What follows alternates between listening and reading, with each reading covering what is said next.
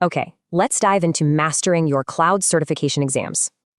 Getting ready for a big cloud exam? Yeah, it can be pretty high stakes.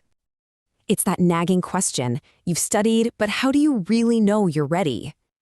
Well, turns out there's a much better way to get yourself prepped for test day. It's called realistic practice testing.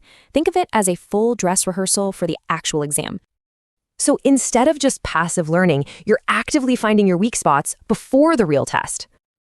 And to help you do just that, let me show you two specialized Udemy courses. We've got one for Microsoft Azure's AZ-900 and another for the AWS Cloud Practitioner exam.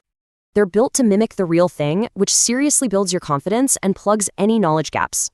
And that's the key thing. These aren't just lectures, you're actually doing the work. And to make it even easier to get going, there's a special offer on the table. Yup, that's right. You can get into these practice courses with a 50% discount. But you're going to want to act fast, because this discount is only available for a short while. So how do you get started? It's actually super simple. Let me walk you through it. Just find the coupon links, enroll in the course you want, and you can start practicing right away.